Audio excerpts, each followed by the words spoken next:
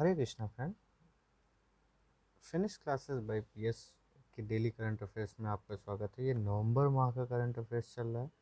ये नवा पार्ट है, 11 नवंबर का करंट अफेयर्स है। स्पेशल जितने भी वनडे एग्ज़ाम्स होते हैं, चाहे वो यूपीएससी से रिलेटेड हो, चाहे ऑल स्टेट पीसीएस से रिलेटेड हो, चाहे एसएससी सीजीएल से रिलेटेड हो, या अन्य अदर भी एग्ज़ाम जितने भी होते हैं, चाहे वो कॉलेज से किसी कॉलेज से रिलेटेड हो जिसमें करंट अफेयर्स बेस्ड क्वेश्चन आते हैं, ठीक है, किसी कॉलेज एंट्रेंस का हो गया, नेट जेआरएफ से हो गए, तो इन सब के लिए ये बहुत हेल्पफुल है।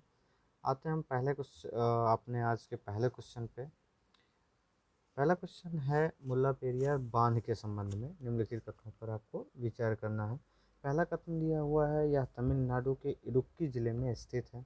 दूसरा ऑप्शन है मुल्लायर और पेरियार जो है नदियों के संगम तट पर यह स्थित है। तीसरा है कि यद्यपि यह बांध केरल में स्थित है, किंतु इसका जो संचालन है वो तमिलनाडु के संचालित करता है। तीन ऑप्शन है आपके, तो मैं बता दूं, दूसरा और तीसरा ऑप्शन आपका सही है।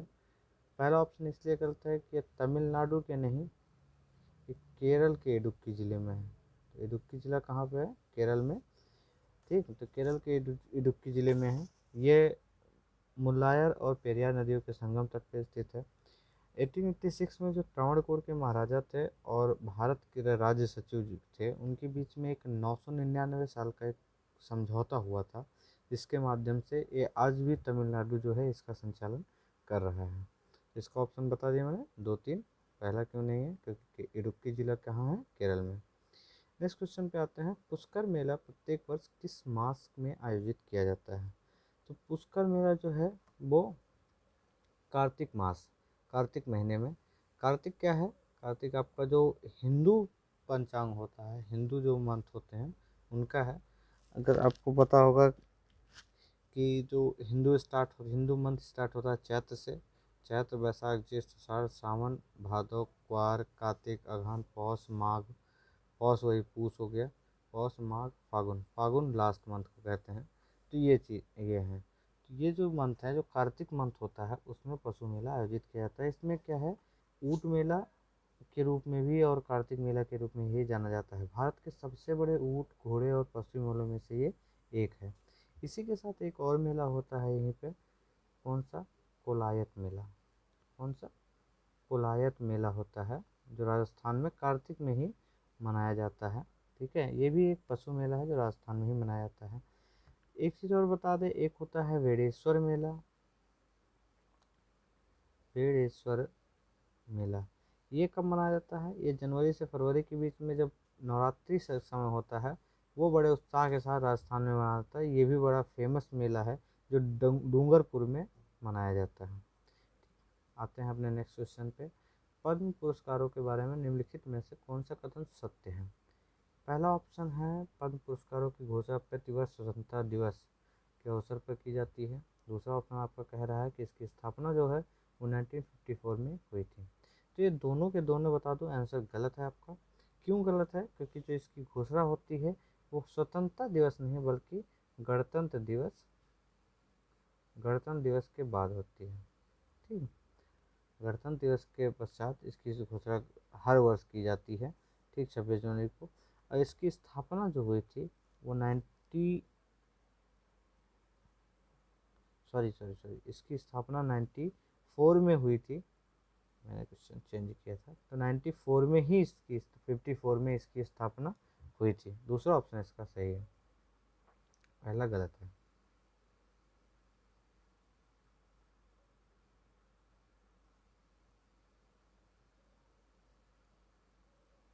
ये याद रखना।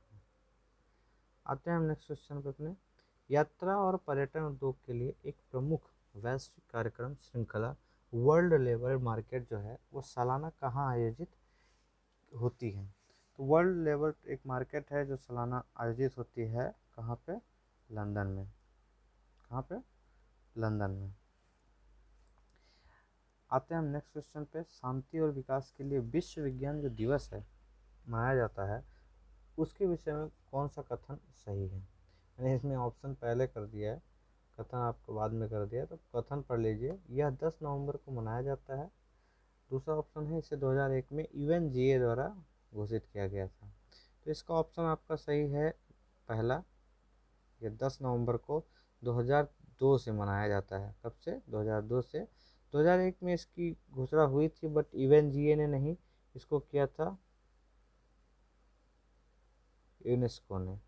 अब आप लोग कमेंट करके बताइए यूनेस्को का गठन कब हुआ था और इसका जो है सचिवालय, जो हेडक्वार्टर है, वो कहाँ पे है? कमेंट करके ज़रूर बताएं। नेक्स्ट क्वेश्चन है, हाल ही में कमीशन की गई पनडुब्बी बेला के विषय में सत्य कथन है। तो हाल ही में पनडुब्बी बेला कमीशन की गई, उसके बारे में कुछ कथन दिए गए हैं, उसको बताना आपको। इसे भारतीय नौसेना प्रोजेक्ट P75 के तहत बनाया गया। दूसरा है, इसे मझगांव डाक शिप बिल्डर्स लिमिटेड MDL द्वारा डिजाइन एवं निर्मित किया गया। तीसरा ऑप्शन है, आईएनएस जो बेला है वो P75 के तहत ये चौथी स्कॉर्पियन पनडुब्बी प्रदान की गई है। तो बताते चलें, ये आपका तीनों के तीनों ऑप्शन आपके सही हैं। ऑप्शन होगा डी। नेक्स्ट क्वेश्चन है आपका, पद्म पुरस्कारों के अंतर्गत कितनी श्रेणियाँ होती हैं? ठीक है, तो ये 3 श्रेणियाँ होती हैं। ठीक, अब एक्सप्लेनेशन देख लें, 3 श्रेणियाँ कौन कौन सी होती हैं। तो पहला होता है पद्म विभूषण। ठीक, ये असाधारण और विशिष्ट सेवा के लिए दिया जाता है। दूसरा हो गया आपका पद्म भूषण, पद्म भूषण, और तीसरा हो गया पद्मश्री। ये 3 श्रेणियां हैं इसके पद्म पुरस्कारों के। नेक्स्ट क्वेश्चन है, किसी राज्य की ग्रामीण पर्यटन परियोजना को हाल ही में वर्ल्ड ट्रेवल मार्ट, अभी हमने क्वेश्चन किया लास्ट में, वर्ल्ड ट्रेवल मार्ट विश्व रिस्पॉन्सिबल टूरिज्म द्वारा जो अंतर्राष्ट्रीय स्तर पर सर्वश्रेष्ठ परियोजना से सम्मानित किया गया। तो किस राज्य को किया गया है?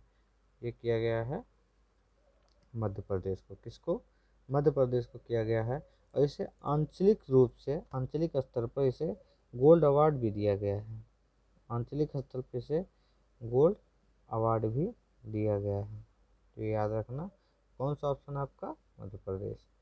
नेक्स्ट क्वेश्चन आते हैं, टेली लॉ ऑन व्हील्स एक विशेष अभियान किसके द्वारा जारी किया जाता है?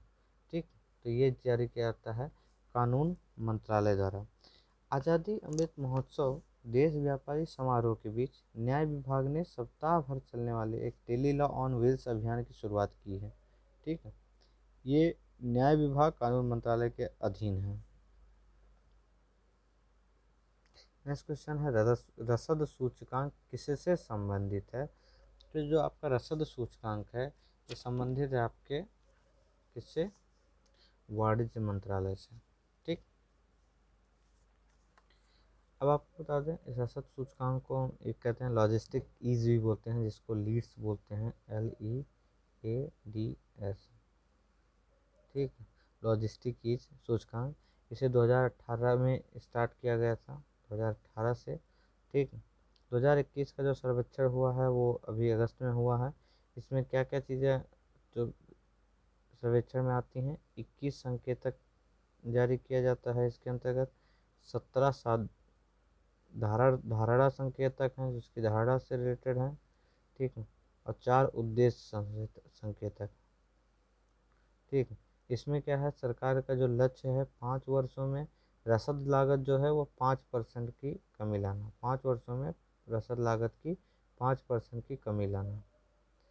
नेक्स्ट क्वेश्चन है, आईएनएस अरिहंत किस प्रकार की पनडुब्बी है? तो आईएनएस जो अरिहंत है ये परमाणु पनडुब्बी है। इसमें परमाणु ईंधन का प्रयोग होता है, लेकिन परमाणु ईंधन में 40% जो है समृद्ध यूरेनियम का प्रयोग होता है। इसलिए बता दें कि क्वेश्चन कभी कभी अंतर से पूछ लेता है डायरेक्ट फैक्चुअल बेस पे, तो याद रखना। ठीक है, नेक्स्ट क्वेश्चन है, हम निम्नलिखित कथनों में से सत्य क्या है? कम से कम विकसित जो देश हैं उनके कोष LD least development country fund में द्वीप राष्ट्र शामिल नहीं है क्योंकि उनकी अर्थव्यवस्था अच्छी तरह से विकसित है। दूसरा ऑप्शन दे रहा है कि LDCF जो है उसमें सबसे कम कार्बन उत्सर्जन होता है, लेकिन क्या है, ये सबसे बड़ा जोखिम होता है। तो आपका जो दूसरा ऑप्शन है ये सही है, पहला गलत है, क्योंकि कम से जो LDCF होते हैं इसमें द्वीप राष्ट्र शामिल ये जो है ये गलत है, क्योंकि इसमें कई द्वीपराष्ट्र शामिल होते हैं। ठीक, तो इसलिए ऑप्शन गलत है। ठीक है, अब बता दो, ये जो इस देशों के समूह होते हैं उसमें कई राष्ट्र शामिल होते, बताया द्वीप राष्ट्र शामिल होते हैं। 2001 से इस परियोजनाओं के लिए, ठीक, 1.7 मिलियन डॉलर प्रदान किया गया है। कितना? 1.7 बिलियन डॉलर इसके लिए प्रदान किया गया इसमें। नेक्स्ट क्वेश्चन है, भारत ने कब तक कार्बन तटस्थ बनने का संकल्प किया है? तो वो है ऑप्शन आपका, सॉरी इसमें ऑप्शन नहीं दिया हुआ है, ये 2070 होना चाहिए, 2070 तक है। कब तक है? 2070 तक, याद रखना। नेक्स्ट क्वेश्चन है, कॉलरिंग परियोजना से संबंधित तथ्य सत्य कथन है। तो कॉलरिंग परियोजना क्या है? भारत, पहले ऑप्शन देख लेते हैं। भारत की पहली कॉलरिंग परियोजना ओलिव रिडले समुद्री कछुए के अनुमान को देखेगी। दूसरा है, एशिया में इसी तरह की एक परियोजना सबसे पहले बांग्लादेश में की गई थी, जो अब भारत में की जा रही है। तो दूसरा ऑप्शन सही है, ऑप्शन एक और बी सही है, पहला आपका गलत है। क्योंकि कॉलरिंग परियोजना जो होती है ये फिशिंग कैट के लिए है। ठीक, कॉलिंग परियोजना जो है वो फिशिंग कैट के अनुमान और कॉलरिंग एवं अभ्यारण्य के जो वन्यजीव हैं कैसे जीवित हैं इसके अध्ययन करने के लिए है। ठीक, तो ये याद रखना। नेक्स्ट क्वेश्चन आता है, प्रधानमंत्री गरीब कल्याण योजना के तहत गेहूँ कहाँ आवंटित किया गया है? तो ये किया गया आपके पंजाब, हरियाणा, राजस्थान, चंडीगढ़ और दिल्ली, गुजरात। इसमें इसके अंतर्गत गेहूं का आवंटन किया गया है। नेक्स्ट क्वेश्चन है, प्रिय प्रियनलूरस विवरिनस के संबंध में सत्य कथन पर विचार करें। तो जो पी विवरिनस है, ठीक है, वो पूर्वी क्षेत्र के बिखरे हुए क्षेत्रों में पाए जाते हैं, पहला ऑप्शन है। दूसरा है, पी ब्यूरिनस जो है उसको मछली खाने वाले जानवर के रूप में वर्णित किया जाता है। और तीसरा है, वह IUCN की रेड लिस्ट में असुरक्षित रूप से सूचीबद्ध है। ठीक, तो इसका ऑप्शन क्या है आपका? 1, 2 सही है, तीसरा गलत है, क्योंकि IUCN की रेड लिस्ट असुरक्षित नहीं बल्कि ये लुप्त प्राय प्राणी के में आते हैं, लुप्त प्राय में सूचीबद्ध है।